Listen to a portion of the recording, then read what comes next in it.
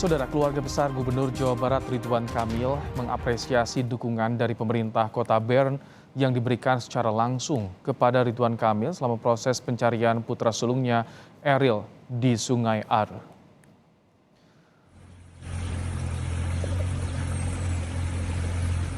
Keluarga mendapatkan informasi bahwa pada hari kelima pencarian Eril, Wali Kota Bern menemui Ridwan Kamil secara langsung untuk memberikan dukungan dan simpati. Ridwan Kamil juga mendapat penjelasan langsung bahwa saat putranya terbawa arus Sungai Are, beberapa warga Are juga sempat memberi pertolongan dan menelpon langsung polisi. Kakak Ridwan Kamil, LP Erwin Muniruzaman menyebut keluarga ikhlas dan berharap yang terbaik dari pencarian Eril. Memang dari pihak keluarga gitu sudah ikhlas apapun yang nanti akan menjadi takdir dari Eril. Kemudian untuk antisipasi berbagai skenario tersebut, memang dari pihak keluarga sudah berkonsultasi dengan beberapa ulama untuk kami dapat mempersiapkan apa yang seharusnya dilakukan sesuai dengan syariat Islam terhadap apapun yang nanti menjadi takdirnya dari Eril. Tapi memang dari si pihak keluarga, Kang Emil, Teh Lia, dan keluarga besar juga yang ada di sini, itu kami sudah ikhlas apapun yang menjadi nanti takdirnya Eril, yang mungkin setelah pencarian hari ke-6. Saat memantau pencarian Eril, Ridwan Kamil didatangi oleh warga lokal bernama Heinrich. Ia adalah warga Bern yang menyelamatkan anak kedua Ridwan Kamil, Kamila Azahra, yang juga terseret arus Sungai Are. Heinrich memeluk Ridwan Kamil dan menyampaikan simpati atas musibah yang dialami keluarga Gubernur Jawa Barat itu.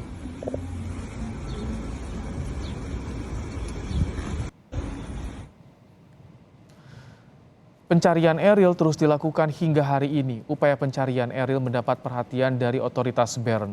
Bahkan Wali Kota Bern bertemu langsung dengan Ridwan Kamil dan Duta Besar Indonesia untuk Swiss, Mulyaman Haddad, di tepi Sungai Are. Wali Kota Bern menyampaikan simpati kepada Ridwan Kamil dan menyatakan meneruskan pencarian Eril secara intensif.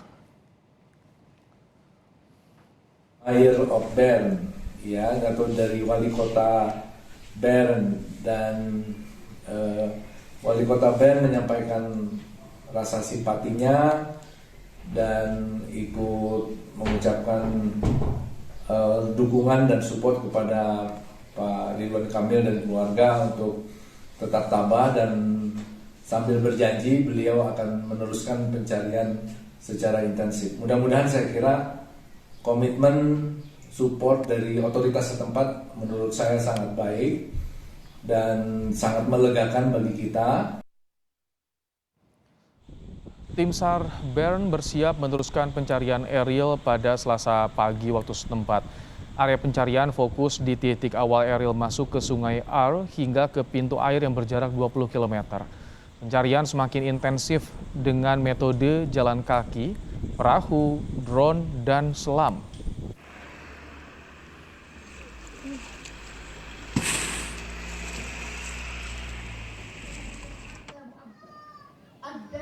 Sementara itu, Wakil Gubernur Jawa Barat UU Ruzanul Ulum dan ratusan orang di acara Halal Bihalal Majelis Taklim At-Taubah Cilodong menggelar doa bersama untuk mendoakan anak Ridwan Kamil, Eril, segera ditemukan.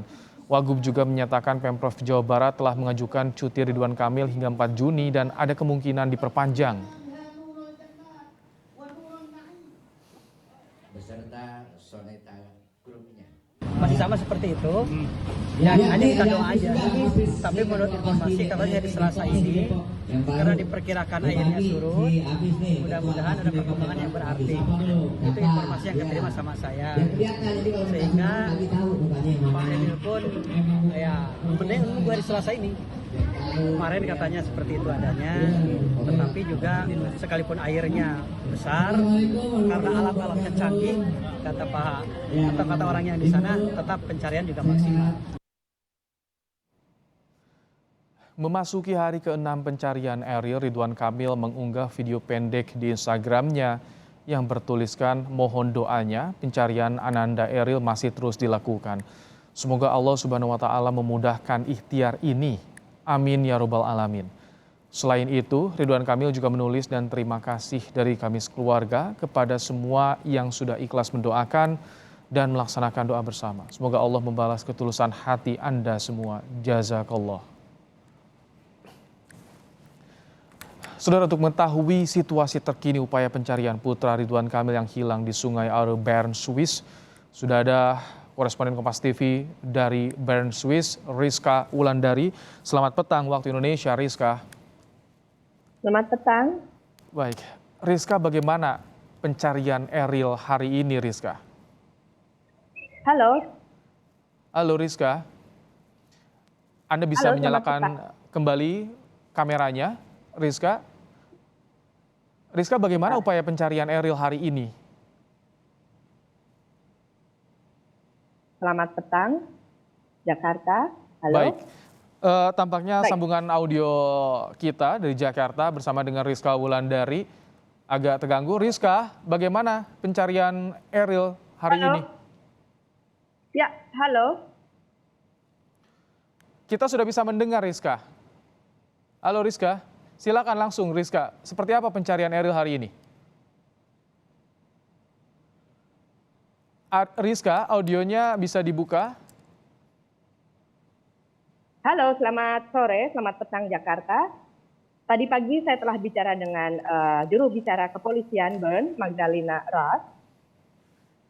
Dan beliau menyampaikan bahwa hari ini tentu saja pencarian kembali dilakukan. Namun kepada pemirsa di tanah air dan juga kepada studio, saat ini saya sedang berada di lokasi di sungai ya, di tepi sungai.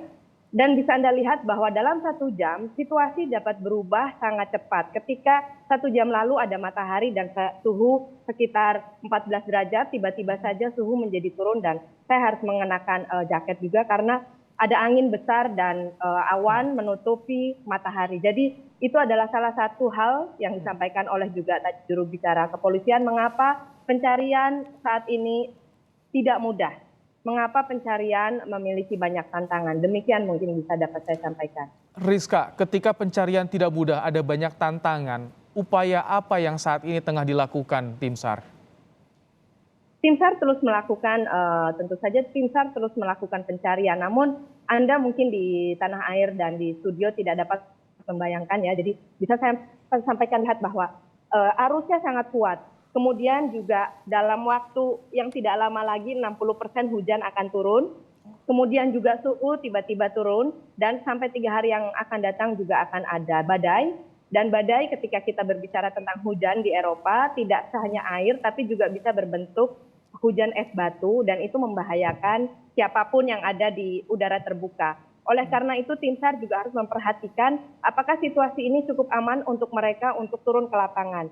Selain itu juga dalam air itu kita harus memperhatikan apakah ada arus di bawah, apakah cukup aman untuk diarungi begitu ya, karena bisa saja tiba-tiba dari atas turun air dalam volume yang banyak karena salju mencair atau karena ada hujan di atas. Kemudian juga apakah cukup jernih airnya sehingga bisa dilihat menggunakan teropong. Kemudian juga apakah cukup aman karena kadang-kadang ada pusaran air dan pada tikungan-tikungan tertentu kendalanya tentu saja akan bertambah sesuai dengan situasi karena kecepatan air juga akan bertambah ketika dia ada dalam tikungan.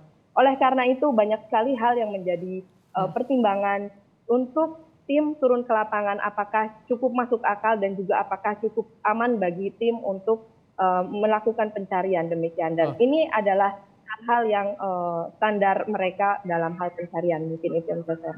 Rizka, jadi untuk hari ini skema pencariannya seperti apa? Kemarin kan menurunkan penyelam, ada menggunakan teropong dan juga drone. Untuk hari ini bagaimana dengan tadi kondisi yang Anda gambarkan?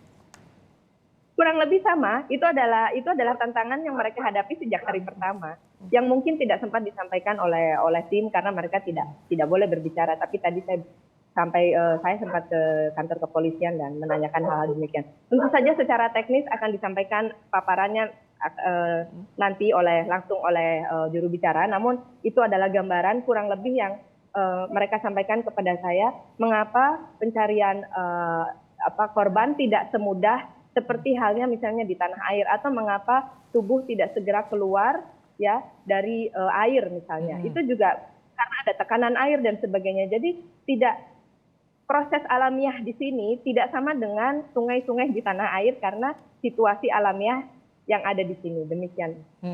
Rizka, untuk hari ini fokus pencarian dimulai ketika Eril turun hingga ke pintu air sejauh 20 km. Anda yang ikut memantau pencarian bisa diceritakan kepada kami bagaimana prosesnya lebih detail, mungkin seperti apa saja yang dilakukan tim SAR di lokasi saat ini gitu. Ya, yang bisa saya sampaikan bahwa tim terbagi dalam beberapa grup.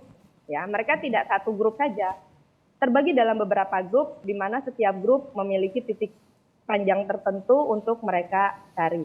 Di setiap grup juga ada spesialisasi yang terlibat dalam satu tim. Jadi di tim-tim ini mereka punya tugas area yang mereka cari itu sepanjang berapa, kan tadi 20 km tidak hanya satu tim, itu diturunkan beberapa tim.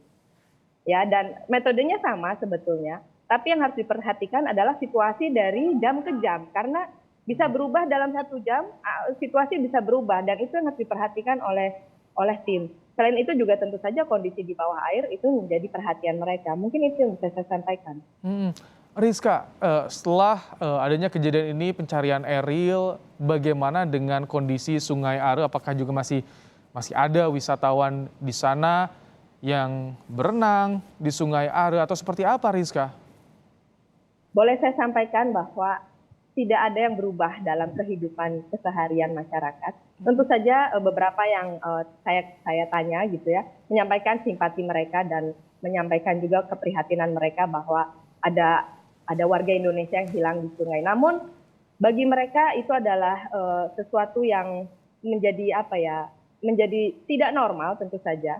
Tapi bagi mereka sungai ini adalah punya karakter khusus dan sudah mereka kenal dengan baik, sehingga kegiatan berenang tetap saja dilakukan selama cuaca baik, selama cuaca mendukung, mereka akan terus melakukan aktivitas menghanyutkan diri di sungai sebagai bagian dari kebiasaan dan cara mereka untuk relaksasi dan terapi dengan pikiran ya, mendekati alam gitu.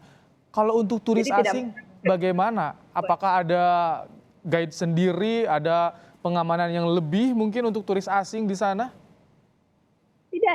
Tidak ada, tapi bisa saya sampaikan bahwa turis-turis asing yang ke sini memang pada dasarnya adalah ingin menikmati sungai. Dan kebanyakan dari mereka adalah dari negara-negara tetangga yang sudah tahu dan sudah kenal karakter Sungai Are. Ya. Jadi bagi mereka ini adalah setiap tahun mereka hanya bisa menikmati sungai ini di musim semi hingga musim panas. Jadi bagi mereka ini adalah kesempatan terbaik untuk menikmati sungai. Karena lebih dari itu suhu akan terlalu dingin dan tidak bisa direnangi. Dan tentu saja berita buruk dan situasi dari yang tidak diinginkan bisa saja terjadi. Tapi bagi mereka itu adalah catatan untuk mereka semakin hati-hati dan tetap menikmati Sungai Are. Tidak ada pengamanan khusus karena turis dianggap sudah memahami situasi. Baik. Rizka, terakhir Wali Kota Bern menyatakan mendukung pencarian, bahkan pencarian hingga optimal. Seperti apa pencarian optimal? Apakah ada menurunkan alat tambahan atau personel tambahan? Saya belum mendapatkan informasi lebih jauh mengenai itu karena baru akan bertemu dengan ofisial pukul 3 nanti siang. Jadi akan saya update nanti ya, boleh ya? Baik. Rizka Wulandari, koresponden Kompas TV dari Bern, Swiss yang memantau pencarian Eril di Sungai Are. Terima kasih untuk update informasinya di program Kompas Petang.